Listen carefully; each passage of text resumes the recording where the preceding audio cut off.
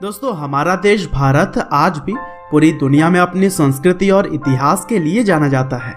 साथ ही हमारे देश के अंदर कुछ ऐसी ऐतिहासिक इमारतें भी मौजूद हैं जो कि लोगों को हमेशा ही अपनी तरफ आकर्षित करती हैं। और कुछ इसी तरह से ही है दिल्ली राजपथ मार्ग पर स्थित इंडिया गेट, जहां पर हर रोज हजारों की संख्या में लोग घूमने आते हैं। और अगर कोई भारत की राजधानी यानी कि दिल्ली राज्य के बाहर से भी यहाँ पर घूमने आता है तो फिर शायद ही वह इंडिया गेट को देखे बिना लौटता होगा।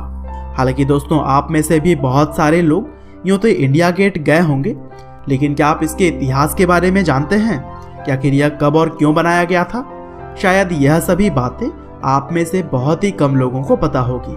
लेकिन चिंता ना करिए, आज का वीडियो देखने के बाद आपको इंडिया गेट के इतिहास के साथ साथ इस इमारत की हर इंटरेस्टिंग फैक्ट्स पता लग जाएगी।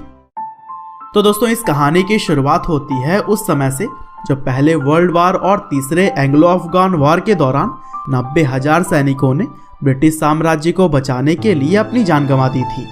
और तभी ब्रिटिश सरकार के मन में यह ख्याल आया कि उन वीर जवानों की याद में हमें एक इमारत का निर्माण करवाना चाहिए। और कुछ इसी तरह से ही शुरू हुई इंडिया गेट की गाथा, जिसके बाद 1921 में क्वीन विक्टोरिया और प्रिंस अल्बर्ट के बेटे आर्थर ने इंडिया गेट की नींव रखी थी। और दोस्तों, एडविन लैंसियर ल्यूटन्स नाम के एक आर्किटेक्ट ने इंडिया गेट का डिजाइन तैयार किया। और फिर करीब 10 सालों तक काम चलने के बाद से 1931 में इंडिया गेट तैयार हो सका। और दोस्तों, कहा जाता है कि इंडिया गेट को पेरिस में स्थित आर्क डे ट्रायम्फ से इंस्पायर होकर बनाया गया था।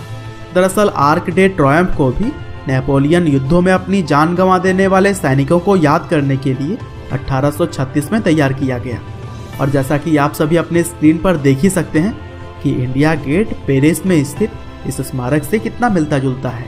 हालांकि दोस्तों, जब इंडिया गेट 1931 में बनकर तैयार हो गया तब इसका नाम ऑल इंडिया वॉर मेमोरियल रखा गया था, क्योंकि इसे वीर जवानों के याद में ही बनाया गया था।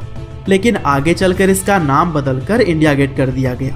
और दोस्तों, इस स्मारक पर आज भी यूनाइटेड किंगडम के कुछ सैनिकों और अधिकारियों सहित 13,000 से भी ज्यादा वीर जवानों के नाम देखने को मिल जाते हैं। और दोस्तों, 42 मीटर ऊंची इस इमारत के निर्माण में लाल और पीले रेतीले पत्थर और ग्रेनाइट का उपयोग किया गया है। और यह आज भी दुनिया के सबसे बड़े युद्ध स्मारकों में से एक है। और दोस्तों, चूंकि इंडिया गेट ब्रिटिश सरकार ने आज़ादी से पहले ही बनवाया था, इसीलिए गेट के पास में ही किंग जॉर्ज V की प्रतिमा स्थापित की गई थी। लेकिन आज़ादी के बाद से इसे हटाकर कोरोनेशन पार्क में रख दिया गया और वहां पर अब केवल जॉर्ज V के ऊपर लगी हुई छतरी रह गई है। और दोस्तों, जब भारत आज़ाद हो गया तब इंडिया गेट में कई सारे बदलाव भी किए गए, जैसे कि यहाँ पर अमर जवान ज्योति चारों कोनों पर हमेशा ही जलती रहती है, जिसे कि 1971 में भारत और पाकिस्तान युद्ध में भाग लेने वाले सैनिकों की याद में स्थापित किया गया था। और दोस्तों, ज्योति के पास में एक चमकती हुई राइफल भी गड़ी है, जिसके ऊपर सैनिक का एक हेलमेट रखा हुआ है।